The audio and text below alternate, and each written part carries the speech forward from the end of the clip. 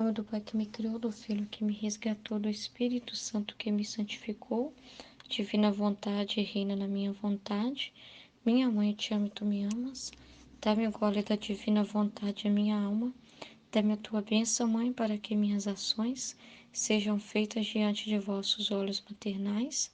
Vinde, Espírito Santo, vinde por meio da poderosa intercessão do Imaculado Coração de Maria, vossa amadíssima esposa e nossa mãe. Amém.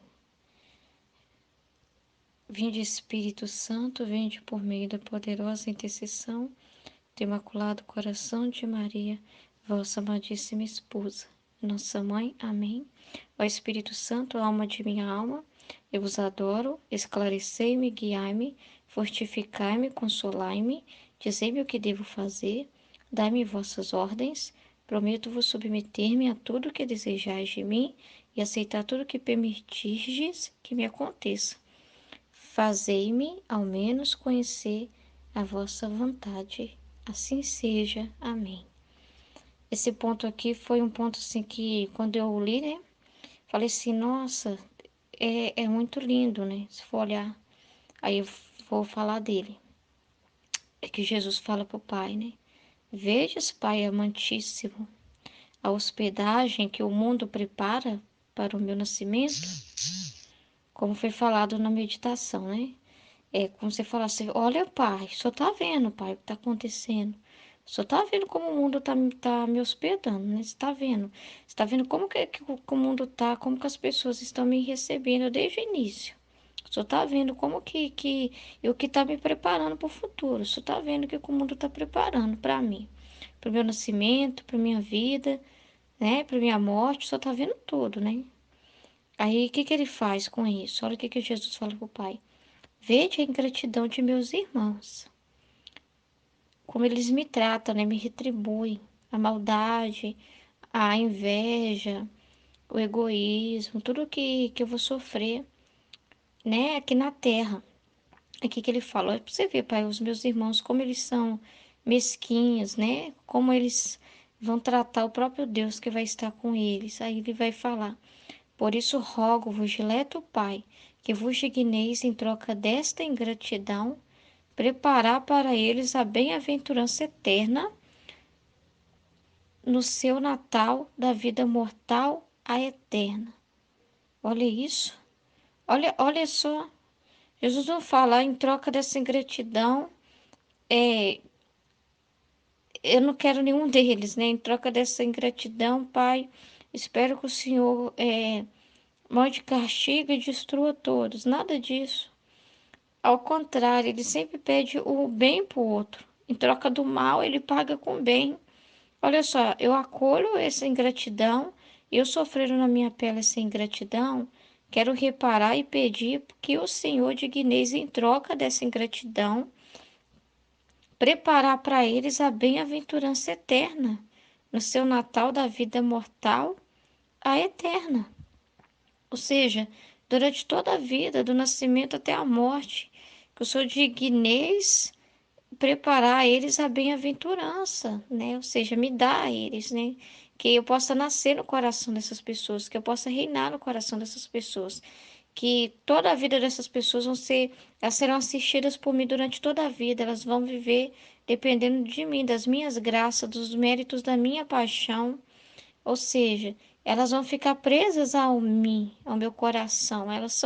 Ele pega aquelas pessoas no colo, gente, como um pastor que pega as ovelhas e fala: "Não bata em mim e em troca, deixa eu cuidar dessas ovelhas. Vamos levar a vida eterna para essas ovelhas. Vamos remir essas ovelhas ingratas, esses irmãos ingratos que que não vão acolher o rei, que vão tratá-lo mal."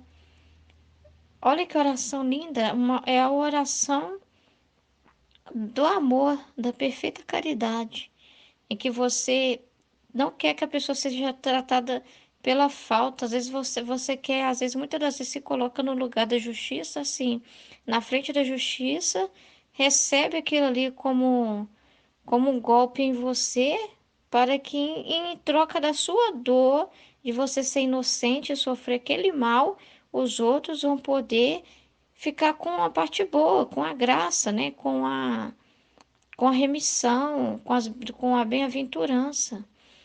E eu sofro as penalidades que eles deveriam sofrer. Muito lindo, né? Jesus, a forma que Jesus, assim, é todinho, a forma que ele trata os outros, a forma que ele se coloca, como ele olha para os outros. Ele olha para os outros com a intenção de salvar, sempre com a intenção de salvar. Faz de tudo para salvar, faz de tudo para curar, para libertar a pessoa, libertar a alma da pessoa. Aí ele fala: desejo e tenciono adquirir-lhe essa bem-aventurança por meio da paixão e morte dolorosa. Então, por meio das minhas chagas, por meio das minhas dores, eu vou adquirir isso que eu estou te pedindo, Pai. Então, assim, eu peço para o Senhor e me coloco à disposição de sofrer tudo e que, através da minha oferta, da minha paixão, da minha morte dolorosa, esse meu pedido se realize na vida de cada um. Aí ele fala: acolhei dileto Pai. Aí vai rezar, ele reza pelos infiéis e pelos fiéis, ó. Acolhei dileto Pai o amor e a boa vontade que dedica a meus irmãos, e ao abençoar-me, abençoai também a todos os que me imitarem e seguirem-me os passos, os para com todos, sede, né, para com todos um Pai amoroso. Então, Jesus ele reza pelos ingratos, mas também ele já vê tudo, né? Ele vê tudo, o futuro, e pede por aqueles que ele sabe que vai imitá-lo, que vai olhar com amor para o mistério da paixão dele, com a perfeita caridade de alguém que vê Jesus sofredor e que quer imitá-lo, que quer ser como ele, que quer seguir a vida dele do jeito que é, do jeito que a vida dele se apresenta, do jeito que esse mistério se apresenta, sem mudar nada, sem tirar nada, sem ignorar nada. Aí ele fala: não, Pai, acolhei, né? E eu peço também para abençoar na caminhada, né? Todos os que vão me imitar, que vão seguir meus passos, né? Sede para com todos um Pai amoroso, ou seja, coloque eles na condição de filhos mesmo.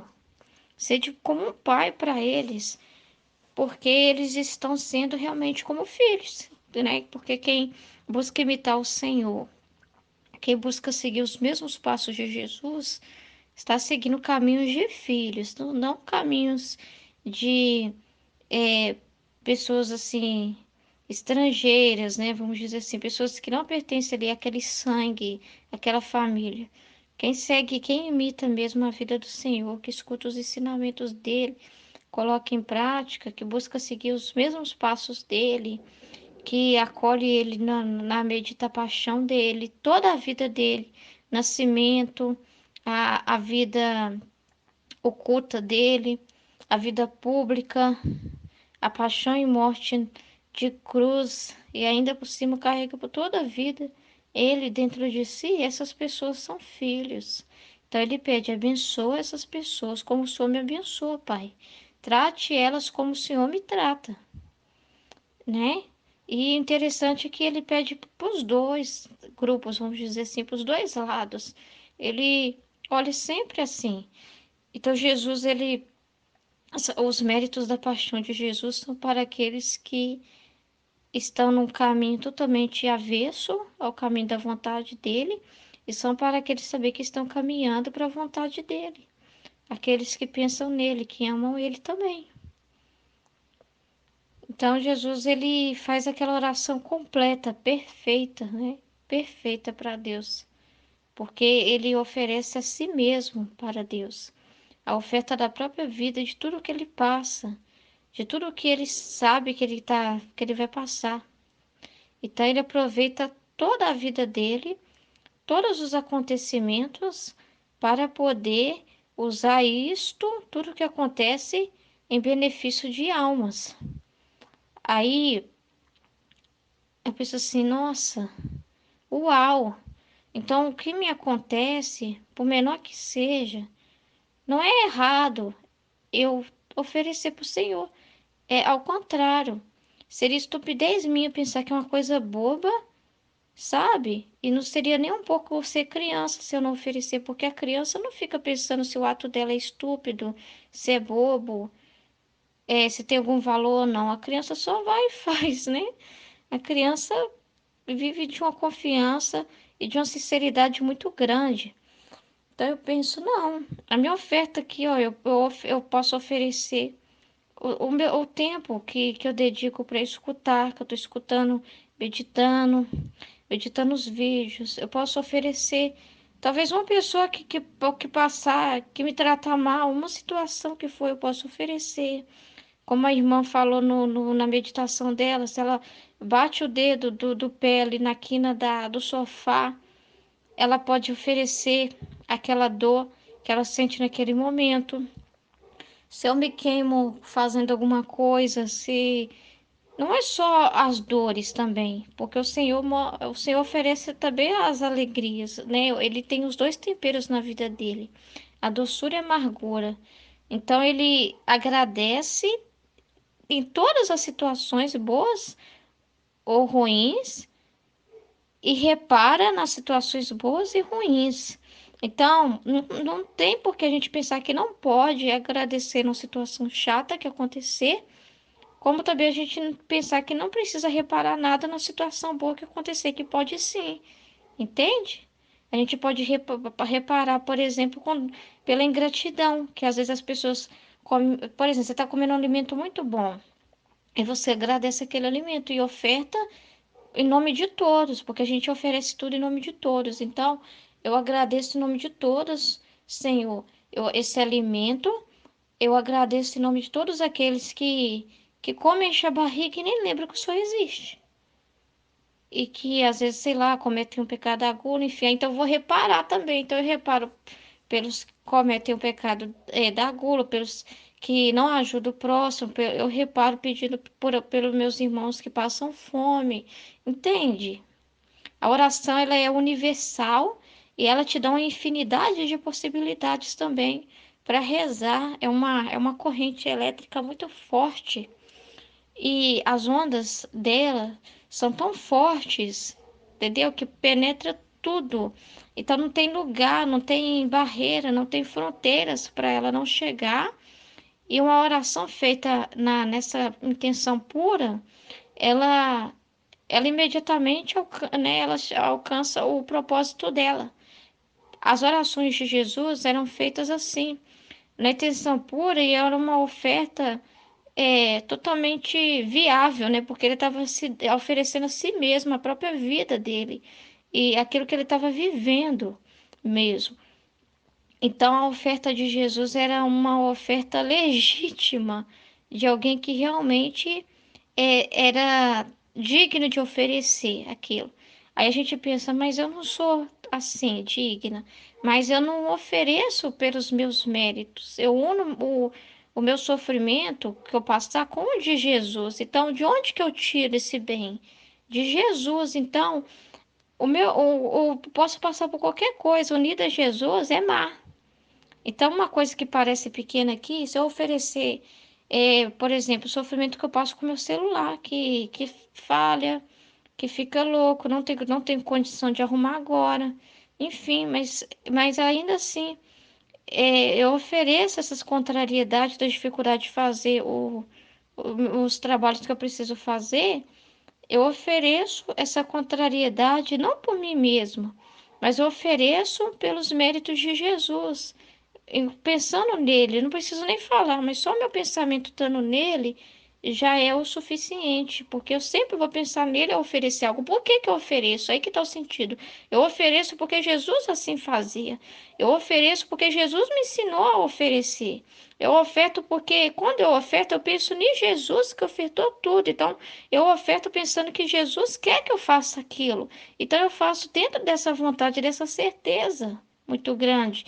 Então, o que que acontece? Aquilo ali não é mais pequeno, porque não vem de mim. A situação pode ter acontecido comigo, mas eu pego aquela situação como divina, porque eu ligo a Deus. Eu pego as coisas e ligo a Deus. Quando as coisas são ligadas a Deus, as coisas não são mais humanas, se tornam divinas. E tem efeitos divinos. Aí vem o fruto, da minha oração. Amém?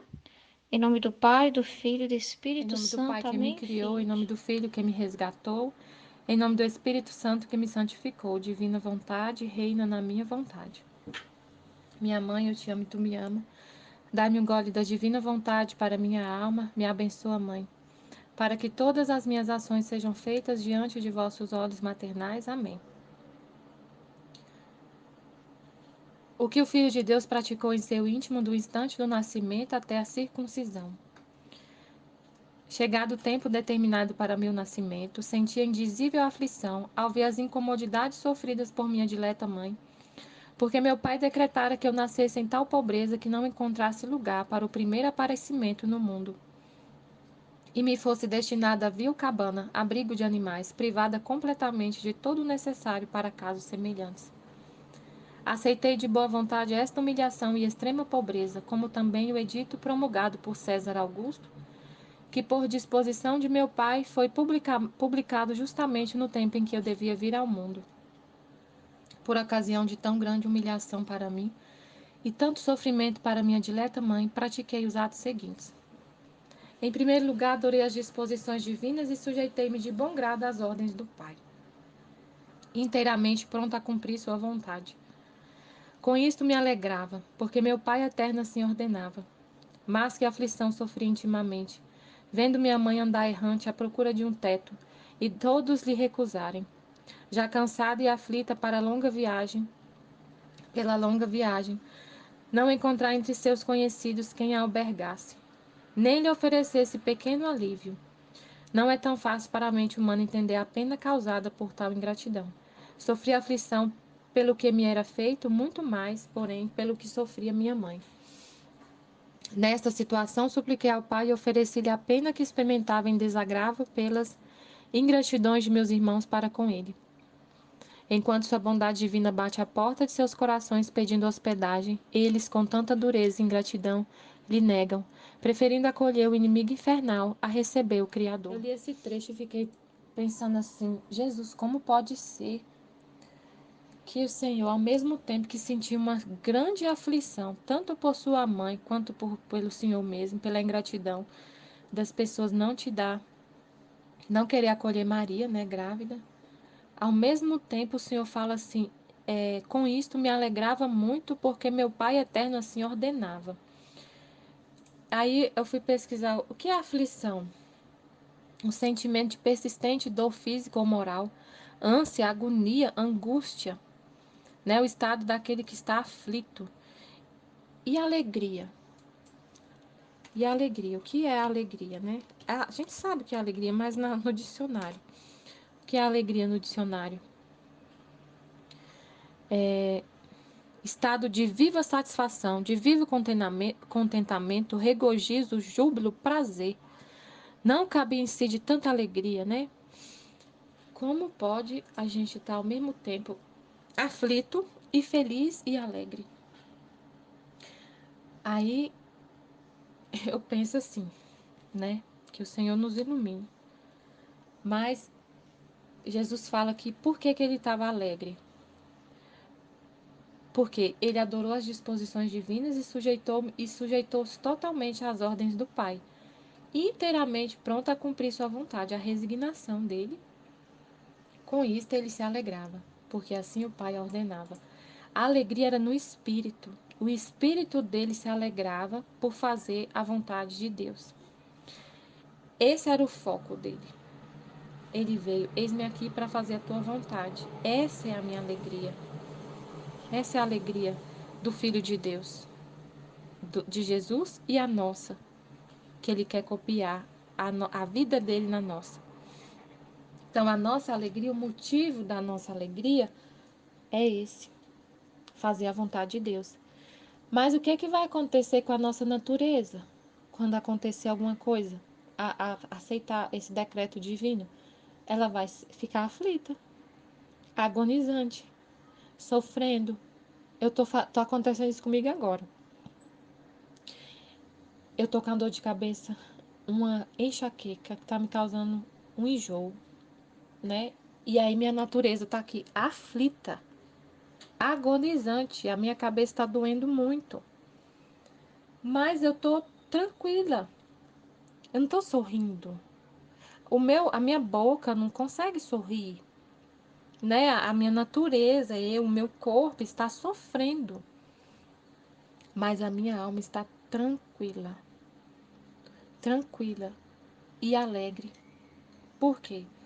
Porque essa é a vontade de Deus e eu aceito, e eu ainda ofereço essa dor para Jesus, para poder reparar pecados, para fazer o que ele quiser com essa dor que eu estou sentindo. Eu ofereço para ele: Jesus, toma essa dor. Eu ofereço junto com a dor da sua coroação de espinhos, para reparar todos os pecados, os maus pensamentos das pessoas. Por cada mau pensamento, eu ofereço essa dor para reparar. E o meu espírito se alegra. A minha cabeça está doendo muito, mas o meu espírito se alegra. É estranho viver assim. Parece que a gente é bipolar, né? Mas não é. É a alma. É o espírito que se alegra. O corpo, a natureza, a carne sofre. Sofre. Mas quando eu olho com um olhar divino, o que significa essa dor? Aí eu lembrei que Jesus falou que todos os pensamentos, quando a gente funde a nossa mente com a dele, na verdade ele fala assim, que tudo que ele sendo cabeça do corpo místico, todos os pensamentos das almas, das mentes, repercutem na mente dele. E aí, quando tem uma mente aqui na Terra, isso ele glorioso lá no céu. Quando tem uma mente aqui na Terra, fazendo o que ele faz, que é imitando a vida dele, ele fazia isso, né? Eu estou imitando ele.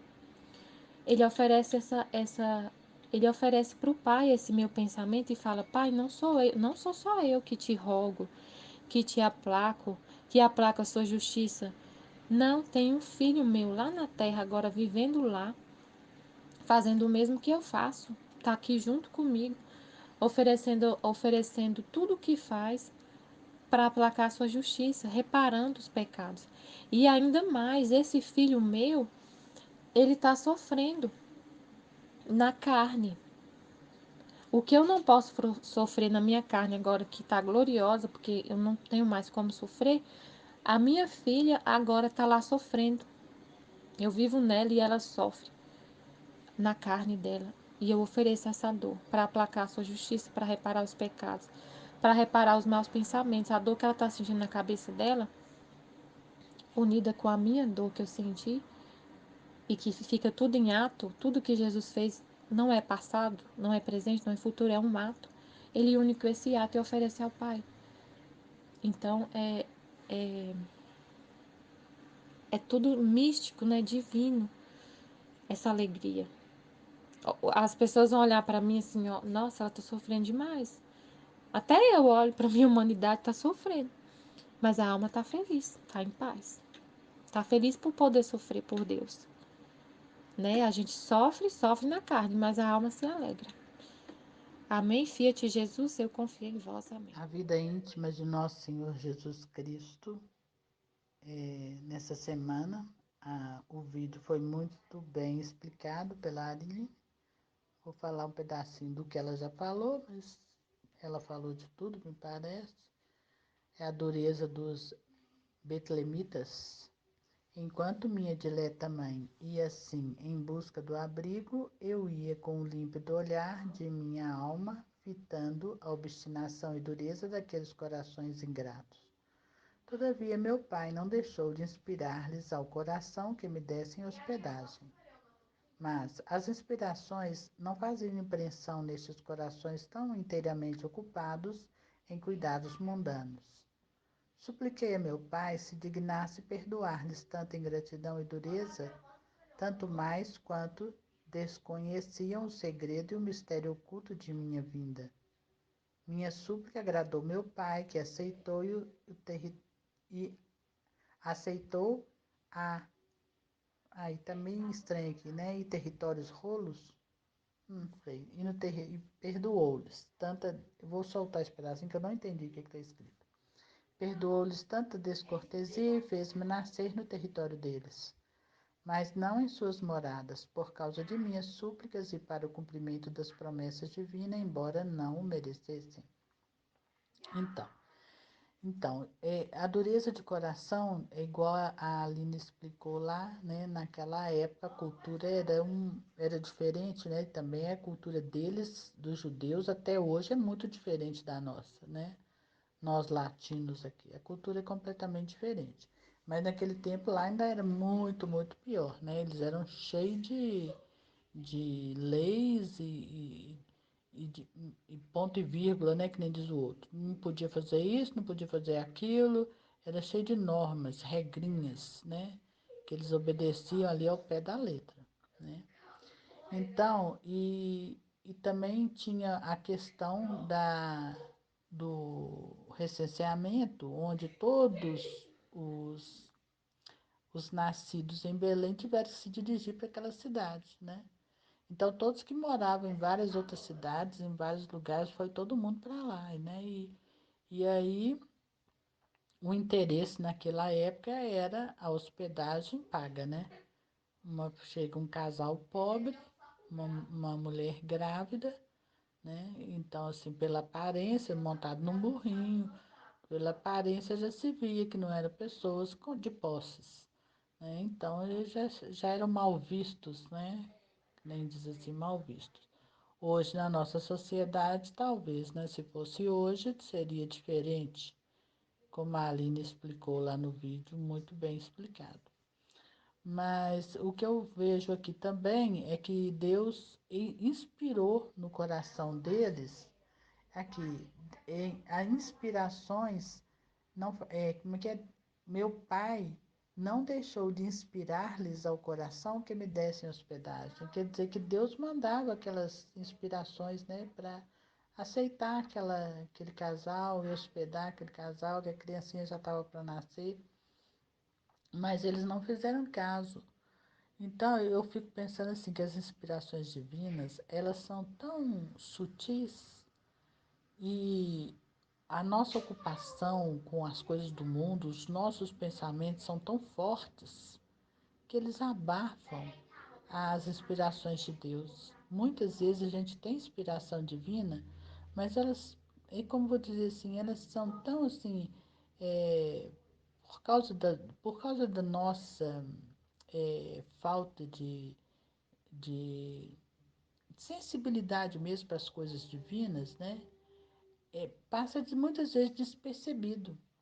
Você sente que você devia ter feito a coisa desta maneira, mas como todo mundo faz de outro jeito, mas como todo mundo fala de outro jeito e como aquilo é que dá certo, então eu vou fazer daquele jeito que todo mundo faz. Eu não vou fazer daquele jeito que aquela inspiraçãozinha me deu, né? Porque é muito difícil, é muito complicado, não vou fazer isso não, vou mexer com isso não. Então, assim, a inspiração de Deus, muitas vezes, precisa de ter muito amor a Jesus para você conseguir dar mais atenção para a inspiração dele do que a inspiração do mundo, né? Do que as coisas que o mundo oferece. Então, para seguir Jesus, por isso que ele vem falando e se mostrando, né, de tantas maneiras, igual nesse livro da vida íntima, que ele se mostra, que ele se dá a conhecer para que ele possa ser amado, porque a gente só pode amar aquilo que a gente conhece. Então, conhecendo a vida dele, a intimidade dele, a gente possa amá-lo para poder prestar atenção nas inspirações, porque senão a gente vai continuar indo atrás do que todo mundo vai, né? Fazer do que todo mundo faz. E aí ir perdendo a chance de estar recebendo Jesus e Maria, né, na nossa casa, pensa bem, né? Mas mesmo assim Jesus continuou implorando por aquele povo, né? Continuou na vida íntima, né? Ele continuou pedindo. E o pai, porque ele pedia e dizia assim, eles não têm conhecimento, né, assim, nítido de que nós somos, né, a Sagrada Família, que a minha mãe vai ganhar né, um Deus, né? Então, Deus atendeu aquela prece de Jesus, né, e permitiu que mesmo assim, rejeitado, ele ainda nascesse naquela terra, né? Então, Nós temos que pedir a Jesus essa inspiração. Primeiro, amá-lo acima de todas as coisas e depois conseguir sempre perceber as inspirações dele, para a gente seguir o caminho que ele tem, que ele quer que a gente siga. E isso é o quê? Viver na divina vontade. Venha, Senhor, o teu reino. Divina vontade, reina na nossa vontade. Em nome do Pai que me criou, em nome do Filho que me resgatou, em nome do Espírito Santo que me santificou. Divina vontade, reina na minha vontade. Minha mãe, eu te amo e tu me amas. Dá-me um gole da vontade divina para minha alma. Me abençoa, Mãe, para que todas as minhas ações sejam feitas diante de vossos olhos maternais. Divina vontade, reina na minha vontade.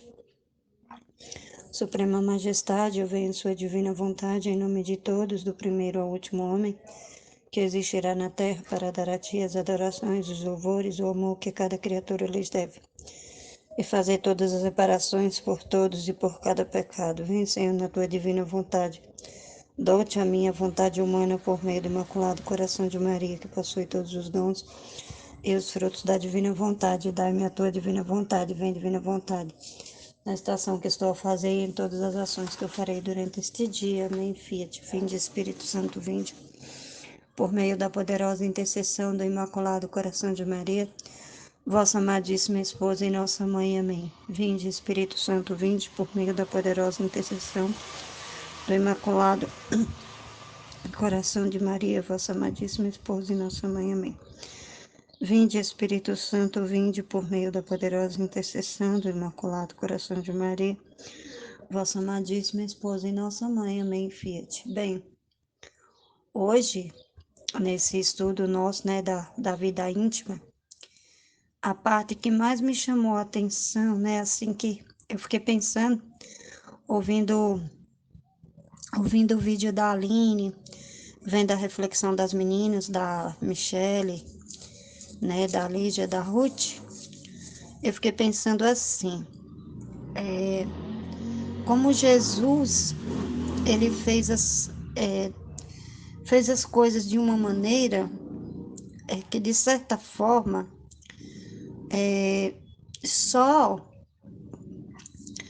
quem realmente tivesse muito atento aos sinais, muito atento às escrituras, né, muito atento aos sinais, né, e desejasse muito a vinda de Jesus, né, porque assim, eu comparo a gente, filho da divina vontade, o que a gente mais deseja é que venha o reino, e esse desejo nosso faz com que a gente fique atenta a todos os sinais, né, para que a gente não seja como esses, né, como esses que endureceram o coração e que Jesus veio, né, e que eles nem se deram conta de que era Jesus, porque eles deram muita asa para sua imaginação, né, vamos dizer assim. Eles imaginariam que o rei, que o Messias não ia vir do jeito que Jesus veio, né? Jesus veio, nasceu num lugar onde nascem os animais, na simplicidade, que hoje os nossos filhos não nascem nem em casa, nascem no hospital, né? São levados para a maternidade.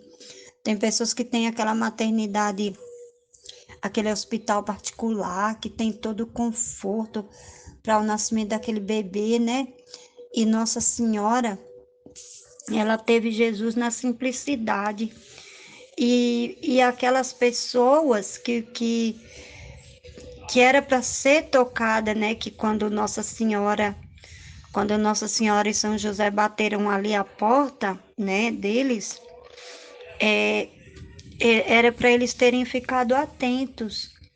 Mas até isso foi fruto da divina vontade, né? Porque justamente foi para que só fosse revelado esse mistério do nascimento de Jesus para os pequenos, né? E ficou e os outros corações, né, daquelas pessoas estudadas, daquelas pessoas que esperavam a vinda de Jesus, ficou endurecido, né? Ficou endurecido, não tiveram, não reconheceram o Messias, né? E a grandeza de Jesus. Em vez de Jesus falar, olha, pai, olha lá, eles não me receberam, tipo assim, eles não estavam prontos para me receber, não estavam atentos e tal, né? Mas ele fazia o contrário. Ele fazia o contrário, ele queria reparar o pai, porque ele estava vendo que o pai estava sofrendo, que o pai tinha dado seu filho, né, para que viesse salvar a humanidade, e a humanidade estava sendo ingrata. E aí, colocando isso para nós, o que é que a gente está fazendo, né? A gente está sendo grato a Deus por aqueles que não são. Estamos reparando o Pai como Jesus, repetindo todos os atos de Jesus, para quê? Para a gente ficar atenta à vinda do reino, né?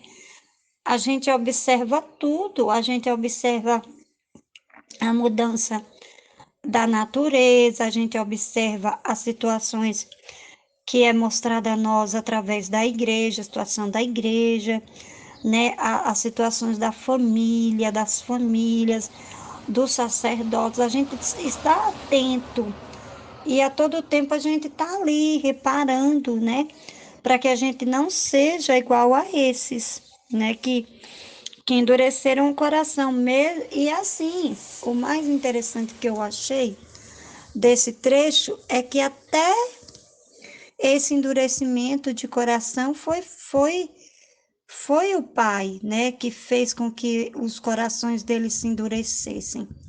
Porque nada acontece sem o controle do Pai, né? Eles deram a brecha, o coração deles se endureceram, eles não viram quem estava ali, eles não se atentaram aos detalhes das entrelinhas das escrituras, né? Ficaram só, tipo assim, só na letra, né? Só mais na letra, mas não se ateram aos detalhes, aos pequenos detalhes, né? E é isso que a gente faz, a gente fica atento aos detalhes, aos pequenos detalhes, por que que tá acontecendo tal coisa, né? Por que que tá sendo permitido acontecer tal coisa. E assim, e a gente faz justamente isso, a gente faz essa reparação, né? A gente dá esse amor que toda a humanidade não deu, nem no tempo que Jesus veio, e nem agora, né? Depois de tudo que Jesus passou, de ter sido crucificado, né? De ter levado os pecados do mundo sobre ele. E aí é onde vem a graça da gente poder entender, né? Porque Jesus, ele ficava todo o tempo reparando ao Pai, ele não ia se queixar para o Pai. Ele não ia se queixar, ele não dizia, ah, Pai, mas o Senhor permitiu que eu viesse para essa humanidade, para esse povo, né? Para esse tipo de pessoa. Não. Ele ficava reparando ao Pai, mas ele também acreditava no amor, ele também acreditava que aquela alma poderia mudar, né? Ele acreditava na salvação da alma, né? E a vinda de Jesus foi o sinal concreto disso, dessa presença real da salvação, né? Porque a vinda de Jesus foi uma presença real da salvação. Então, a gente poder ver, né, ver nessas entrelinhas e que ensinamento tem para nós, né? Que ensinamento, porque assim, a gente passa também por situações que a gente não é reconhecida, mas a gente repara, mas a gente se coloca como sinal de salvação para salvar essa alma, ou essas almas, dependendo da situação. Era isso que Jesus fazia. Em nenhum momento Jesus pensou em voltar, em falar para o pai, em dizer assim, ah, pai, mas eu passei tanta coisa aqui, nessa estreiteza do ventre da minha mãe, né? E eu não quero mais vir à terra, não quero. A coisa que Jesus mais quer é reinar na terra. Jesus não está reinando, né, totalmente na terra por causa da humanidade. Então, assim, é uma coisa muito, foi uma coisa muito forte, assim, esse estudo de hoje. Esse estudo de hoje me fez pensar, como a Aline colocou lá, no vídeo dela, que eu achei muito interessante quando ela faz a gente pensar assim, se uma pessoa grávida viesse, né, na nossa casa para ganhar neném, o que era que a gente ia fazer, se a gente ia, né, se a gente ia acolher essa pessoa, né, se a gente ia cuidar dessa pessoa, foi isso que essas pessoas que desse tempo não entenderam, né, mas isso também foi fruto da divina vontade. Isso também foi para ensinar para nós que a gente tem que fazer, né? Jesus ele fez para ensinar para nós como que a gente deveria fazer nessas situações. Isso foi muito importante assim esse aprendizado de hoje. Amém, Fiat.